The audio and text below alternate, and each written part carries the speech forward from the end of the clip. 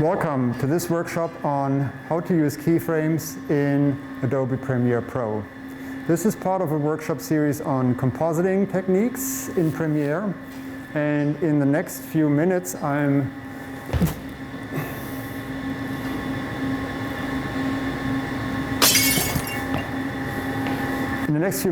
going to show you how you can use still images or Photoshop layers such as this and animate them in Adobe Premiere. You can download the materials to follow along in this workshop in the description section below this video. And I will get us into the screen view right now so we can begin with the workshop in Adobe Premiere. I've already downloaded the materials for this workshop, and I just quickly wanted to show you in the folder what we're working with today. The two results of the workshop are these two example files, and they are the two experiments that I want to introduce to you today. The first one just uses a very straightforward keyframe animation just between two individual keyframes. It looks like this. And here I wish I just had a little bit more of a acting talent. So when the vase is falling down, it would have been nice if my gaze had followed the path of the vase a little bit more to make it look even more realistic. The second example is a little bit more complex already because I'm going to animate two different keyframe properties, as you can see in this video. The first one is the position property, and then I'm also adding a rotation to that I'm animating over time as well. I also wanted to show you the original file that I used for this workshop, the vase that I'm animating, which I downloaded from the Rijksmuseum in Amsterdam from their website. It's part of the Rijksstudio. They're making a lot of their items in their collection available for creative use, for remixing, for sharing, and for new art projects that could actually result from these works as an inspiration. And before we actually begin in Adobe Premiere, I wanted to show you how you can use Adobe Photoshop in order to cut out the vase to create an image like that, where we get rid of the background and basically just have transparency behind the vase so that we can insert it more realistically into our final compositions. I also have a sound effect that you can use for the vase when it hits the ground, this kind of shattering sound of the vase for one of the experiments. And then I have the two raw video files right here, raw 1 and raw 2, that just show you the background video without the added layer of the vase. And this one right here. Again, the vase is missing, and this is what we want to add into the video as part of our workshop today. So let's begin in Photoshop and let's see how we can actually remove the background successfully from an image such as this and create a transparency so that we can insert that image into Premiere in the next step. Take this image and just open it in Photoshop.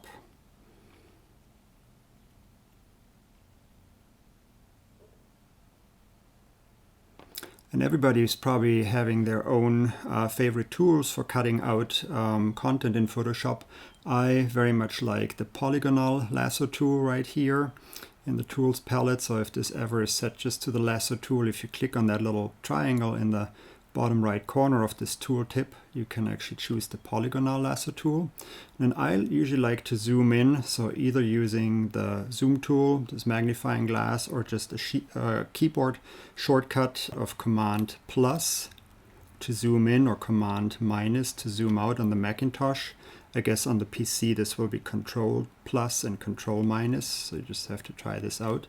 And I usually like to zoom in quite a bit, and then I hold down the space bar, and that allows me to pan through the image so that I can get a really close look at this edge between the background and the foreground of the vase here. Then I just start making my selection. So I need to click and approximate the outline of this vase, and I can use this tool also to push this a little bit further down and over if need be. And as you can see, this will already take a moment of your time to do that. So just take your time, don't rush it too much, because this will really be important to get a nice and realistic looking selection later on for inserting this image into Premiere.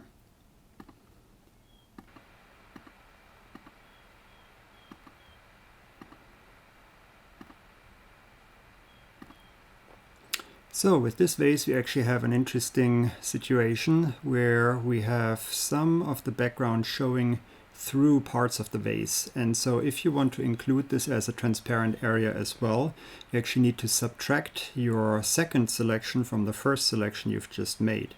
So I hold down the Option key, my keyboard on the Macintosh. You could try the Alt key on the PC. I hope this is the right keyboard shortcut for that. Otherwise, you would just quickly have to look it up. And then click into this area in order to subtract this background area from the previously created selection. And then we can just further on modify the selection a little bit. We can go into Select, say Modify, and then just say Feather, for example, and we can just add a little feathered radius to that selection just to make it a little bit smoother toward the outside.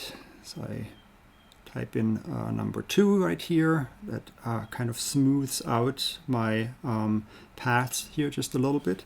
And then I can already copy this selection. So I go to Edit, Copy, and I create a new file, File, New, and then paste this selection in there. I say I want to create a new file from the size of the clipboard, Create, and then I paste this in there, File, Paste. You can see you can even get rid of the background at this point just to see the transparency information right here. So this is a pretty nice selection, pretty nicely cut out vase, and I just have to save this right now, and I will save it as a Photoshop document. So I name this vase cut out, for example, and I use exactly the same folder on my desktop that I just showed you in the beginning. I save this in here. We can continue to work with that then in Adobe Premiere. So this is all that we need to do in Photoshop. So I can quit out of this software. Don't need to save my original selection here. And then I will start opening up Premiere.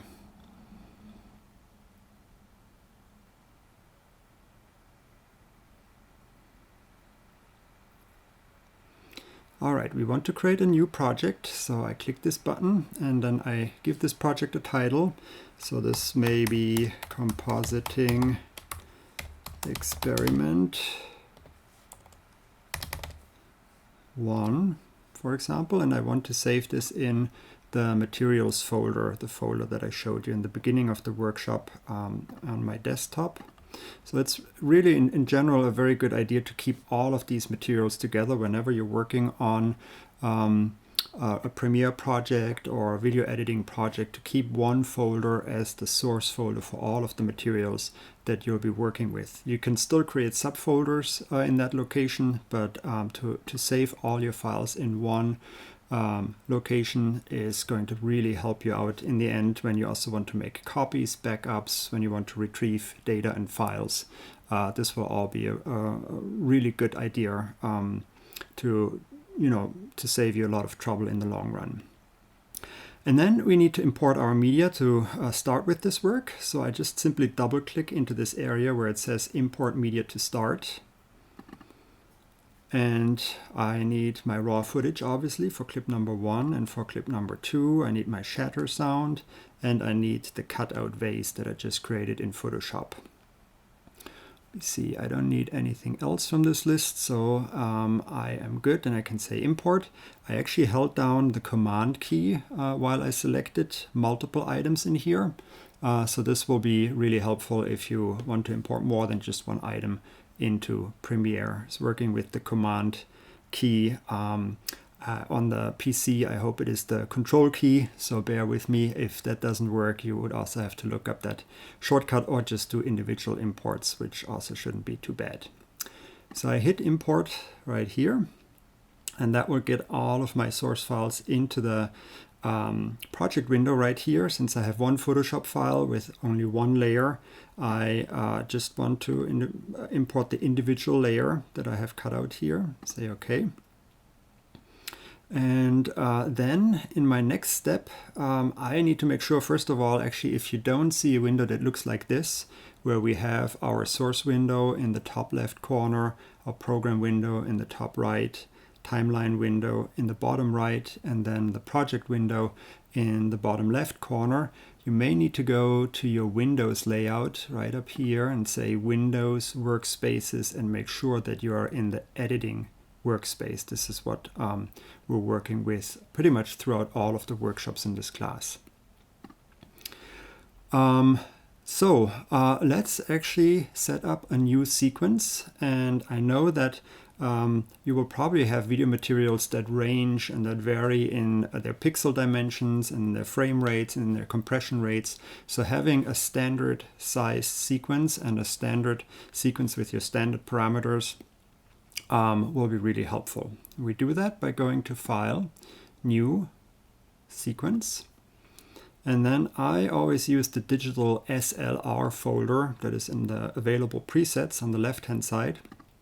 There are 1080p settings, and open this up, and then I go to DSLR 1080p 30, which will give me a full HD resolution sequence with a frame rate of 29.97 frames per second, which is the standard for NTC footage, and a standard soundtrack as well that comes along with this.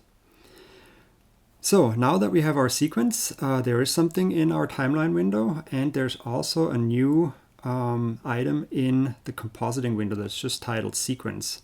But you can rename that by just simply clicking into that, and you can type, for example, compositing sequence, just to know a little bit more what's going on in your sequence. And then also, if you're working with just more than one sequences in your project, you can name them in different ways, obviously, so that you're able to keep them apart in the long run. But we'll only need this one sequence, so just giving it a more descriptive name is a good starting point here. Then I take my first video, raw 1, and I drag and drop this into the sequence. Doesn't really matter where. I usually like to drop it right at the beginning right here.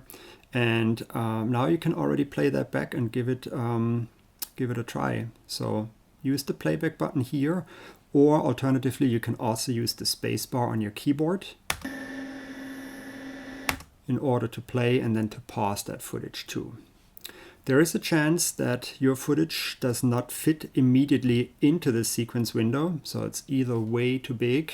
Hopefully it's not way too small, because if it is too small, I would recommend to reshoot the footage with just a higher resolution.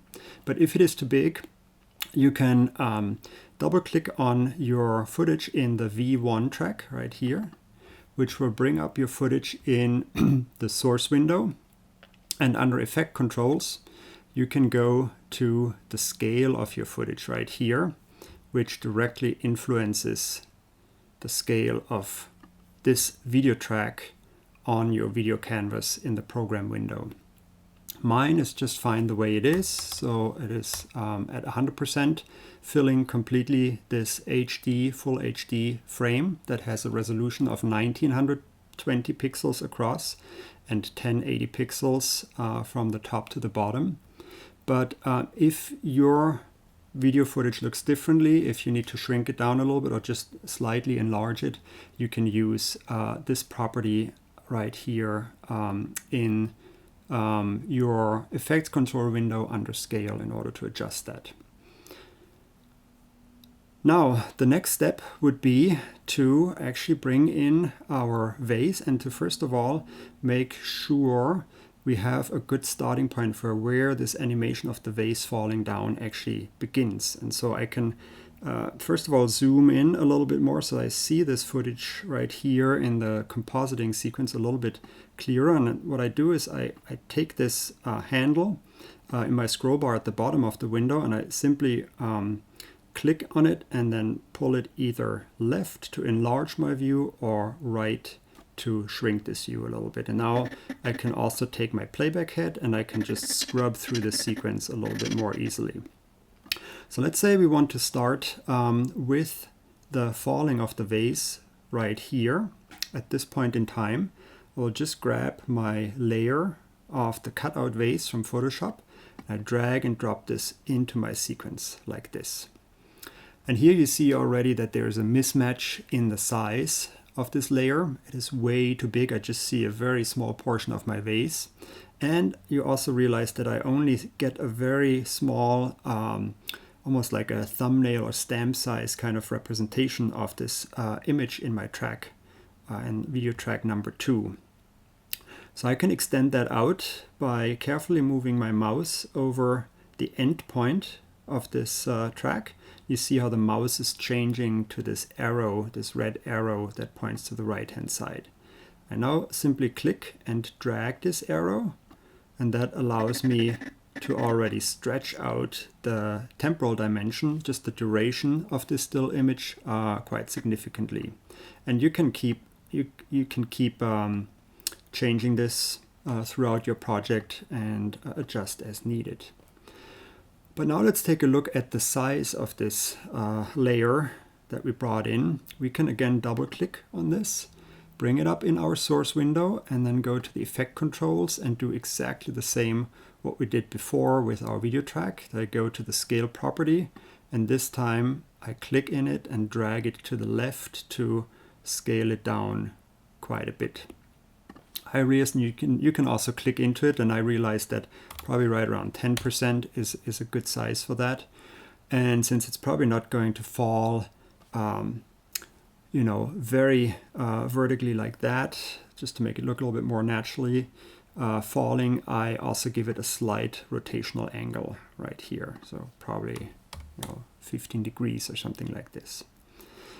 You can then double click into the vase in your program window. Simply double click it and you see that you get an outline around it. And so this would be yet another way to interactively change the size, for example, or interactively also change the position of this vase on your canvas. I just change this to a little bit larger size, so go back to 10 here. But what I want to do for my first frame of the keyframe animation, and this is just going to be a very simple animation, I want to move this vase to the top of my screen so it's out of sight right here. And then what I want to do is I want to go back into the effect controls panel for the vase. So make sure that this is open. If this is not the effect controls panel for the vase, just double click on the vase again. Make sure it's in your source compositing window, and then click on effect controls to get into the effects for that specific vase layer up here. And I want to animate my position property. So I do that by clicking the stopwatch that is right in front of position, and that will determine this first frame, this position right up here, as my first keyframe for the animation. You also see that I get a timeline layout right next to the keyframe property that I want to animate, and my first keyframe is represented with a little diamond in that timeline. I can then take my playback head and move it further out in the sequence because I need to give it some time, of course, to fall down. So in my case, let's see, where were we here? This was at 3 seconds and 3 frames.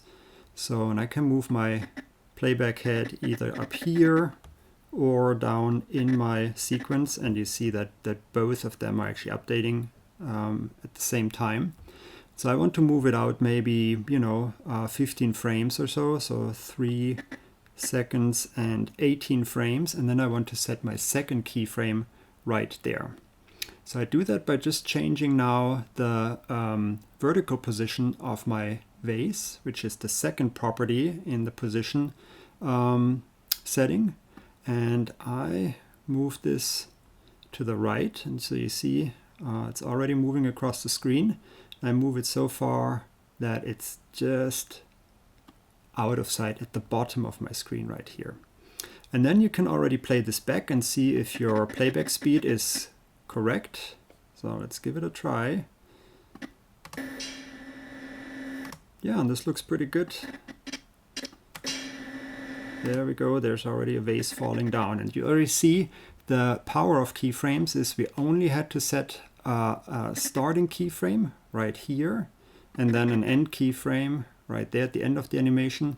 And the computer now started rendering all the different steps, all these different positions for us automatically into our sequence.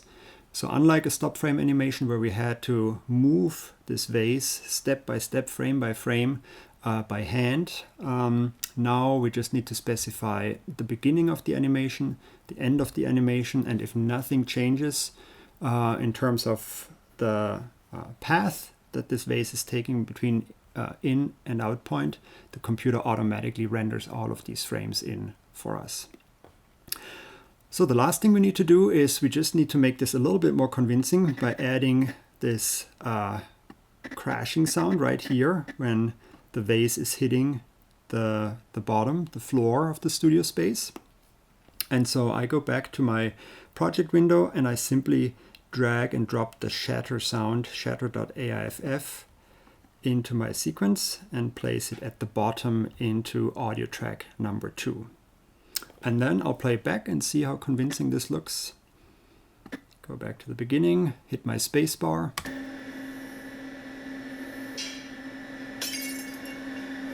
All right, and there's the falling vase. So you successfully completed already your very first example working with keyframes. And now it's already time to output it. So if you imagine that this were your final project, you want to bring it into a format that then you can easily upload into YouTube. And that you would do by, first of all, making sure that your compositing sequence is selected so that it has this blue outline around it.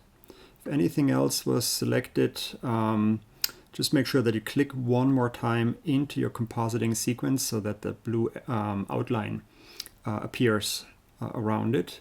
And then you go to File, Export, Media.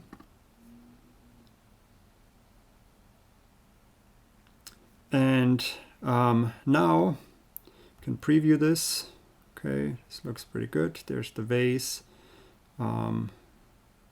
And I think we're ready to export this. So this is looking good. So now we need to take a look at the export settings. The first setting you need to double check is that the format is set to H.264. This is the compressor that we're using for the MPEG-4 compression for this project. And if this were set to anything other than that, you basically just click on that drop-down menu, choose the H.264 setting, and then make sure that this is your format for the export. Next thing you need to check is the output name. So you double click, and by default it takes the sequence name, but you might want to change this. You just double click on that. And it also allows you now to choose a save to location. And I would use again this materials folder that we explored in the very beginning of this workshop. Give it a name and say vase_experiment01, for example, .mp4, and this is the file format that we're creating. It's an MPEG-4 file, so we add that to the file name right away. Make sure that this is set to video file, which is the only choice pretty much here, but that's the format that we're using and that we're looking for. So hit save. And then under video, we need to take a look at some of the settings here. The width and the height are perfect, 1920 by 1080. The frame rate is 29.97. It's also great. Field order is progressive, and the aspect ratio for our pixels is square. So all of these settings are perfect. If any of these would need some attention and they're grayed out, like we see right here, you can uncheck this little checkbox behind them to get into the setting and then start modifying it to something else. All right, we scroll down. The next important part comes when we arrive at the bitrate settings section, and we need to choose the variable bitrate to pass setting right here. And we can leave this at 10 and 12 megabits per second, which means that basically we have a target bitrate of 10 megabits per second, but frames where there's more movement going on, for example, that vase falling or me moving in the frame, they will actually nudge their data rate a little bit closer to these 12 megabits per second. You could also, if you wanted to, give this like 13, but much higher does not make too much sense anymore, and it will just inflate the file unnecessarily. VBR2 pass also means that we have two passes that the software will spend on the software first analyzing the footage and then rendering the footage. So the quality is usually the best possible quality at the smallest possible file size. And that is it for the video part. Let's also quickly check the audio tab. And here you just need to make sure that you're in the AAC setting for the audio format, that you have the best possible audio quality, which is 48 kilohertz stereo, and the audio quality is set to the highest possible setting right here. And then you can already export this, and just takes a minute, and you should be able to enjoy your video as a standalone video file. There we go. So let's go back to our desktop, and we have our first vase experiment right here. On the Mac, you can simply select it and then hit the space bar to quickly preview it.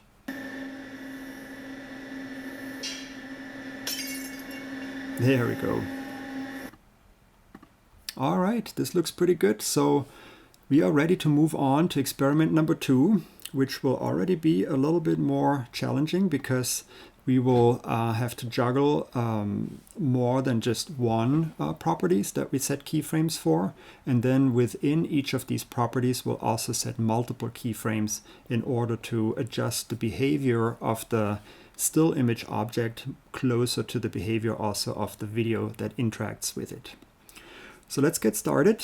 And I use raw 02.mpeg4 and drag and drop this into my sequence. I'll use the same compositing sequence that I used before. I just continue to work a little bit after the first clip ended in the same timeline.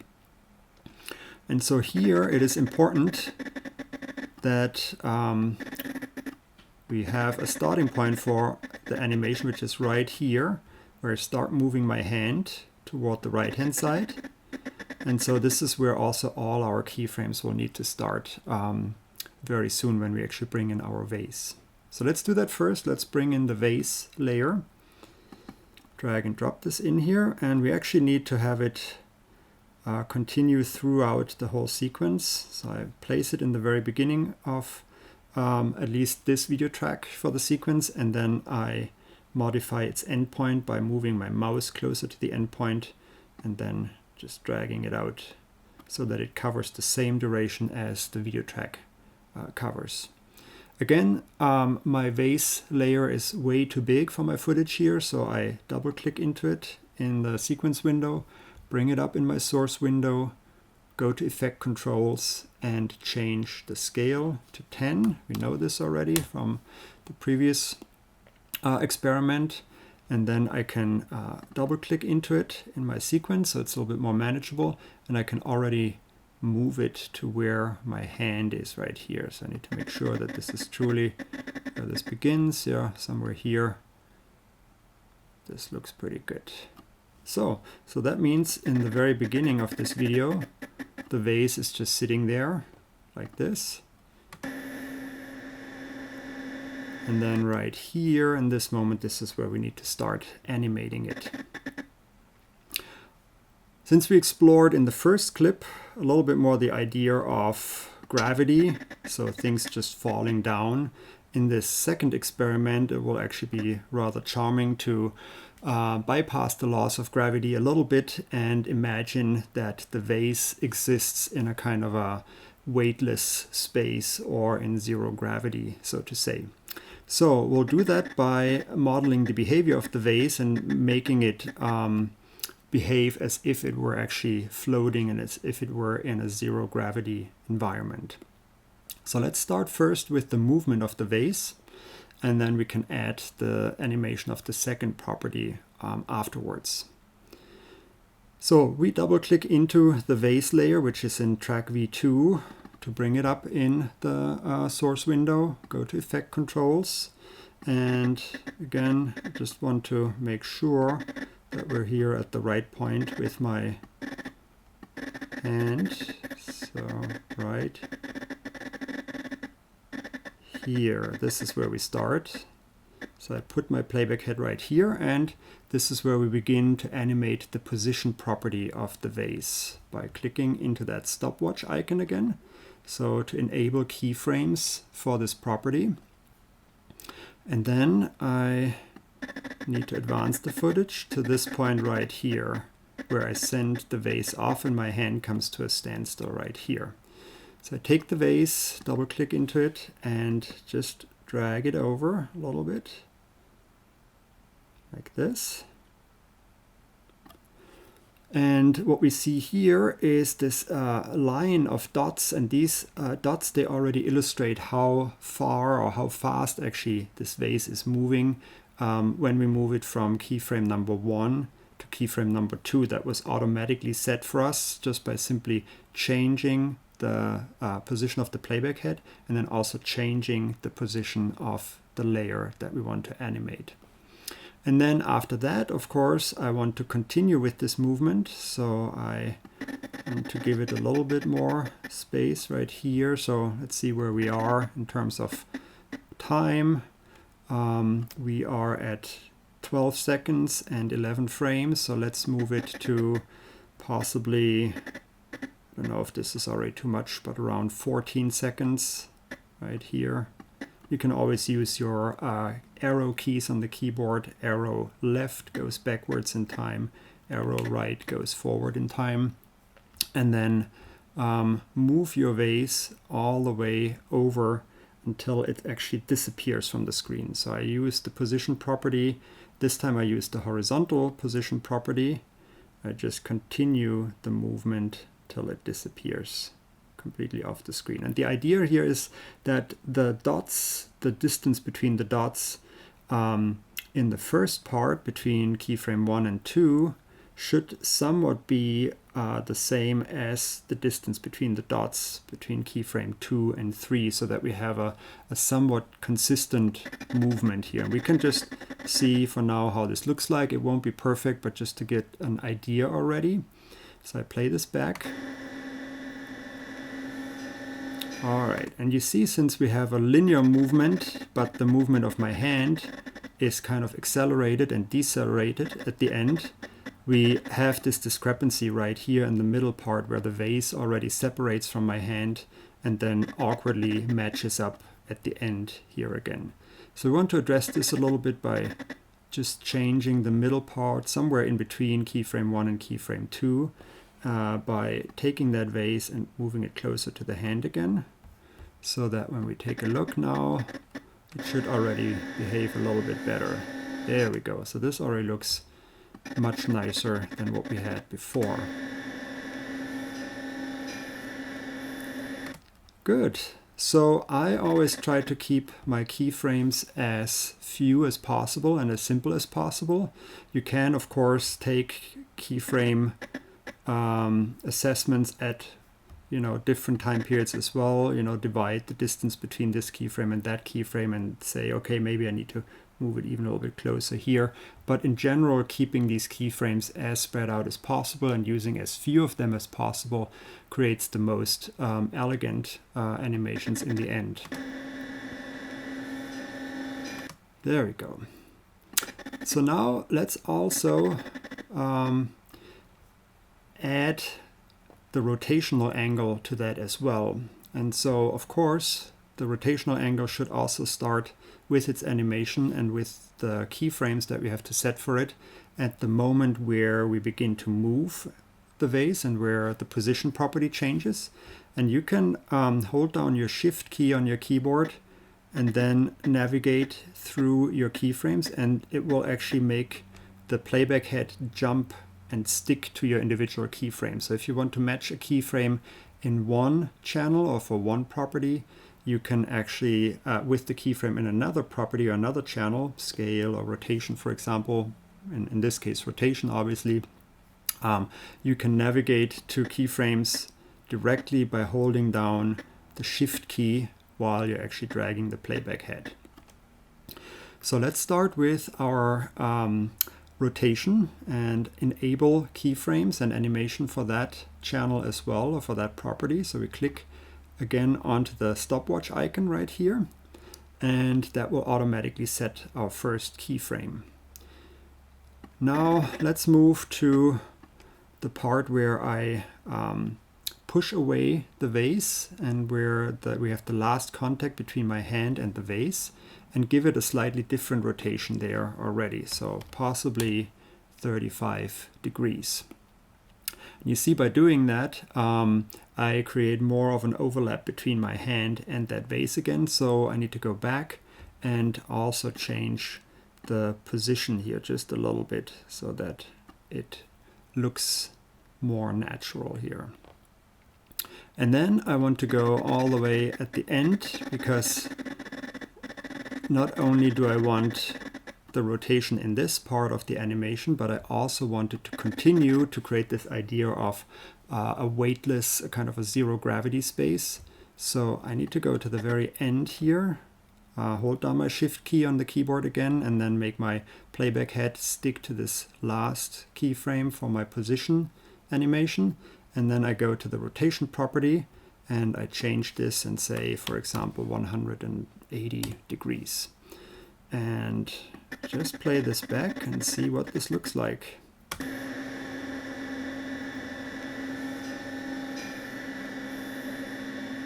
All right, very good. This looks very realistic to me already, so I'm fairly happy with that, which means that I'm also at the point where I can output this video.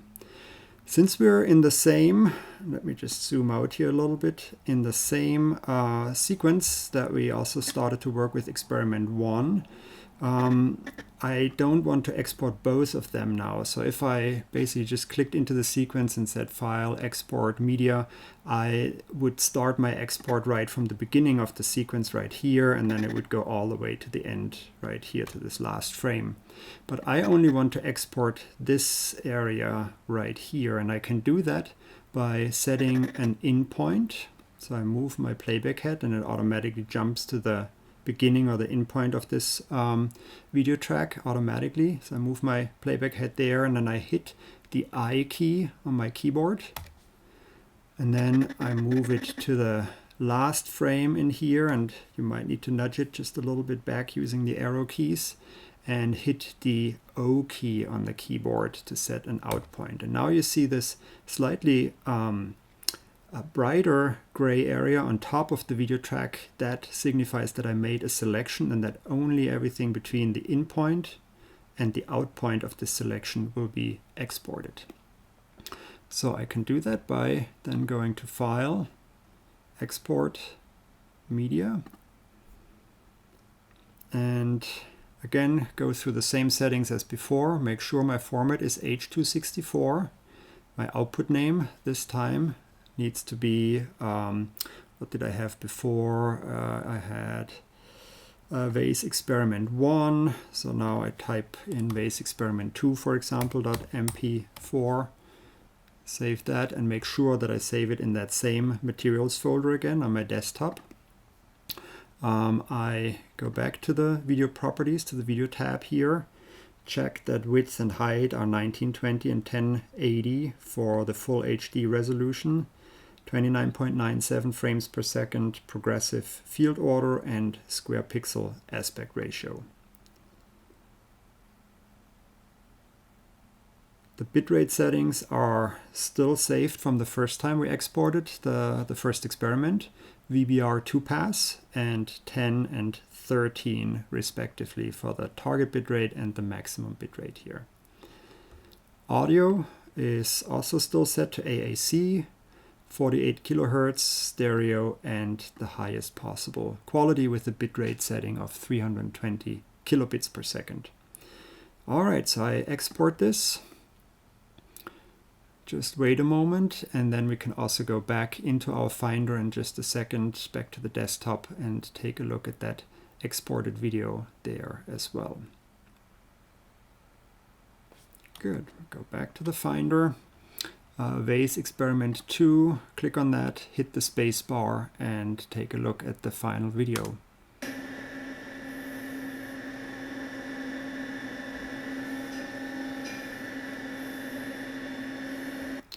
All right, very good. That marks the end of our first workshop of using compositing techniques in Adobe Premiere, specifically focusing on keyframes. Keyframes are a really important strategy and really important concept in Premiere, because not only can you animate inanimate objects right now, but later on in workshop number 2 we'll see that, for example, as well, we can also animate settings of effects and masks and mattes and all the different properties that you can basically set interactively in Premiere over time. So it's really a crucial concept that I hope this workshop helps you grasp a little bit more, and hopefully these experiments will also allow you to have a little bit of fun with keyframes, with existing art, and with your videos in Adobe Premiere.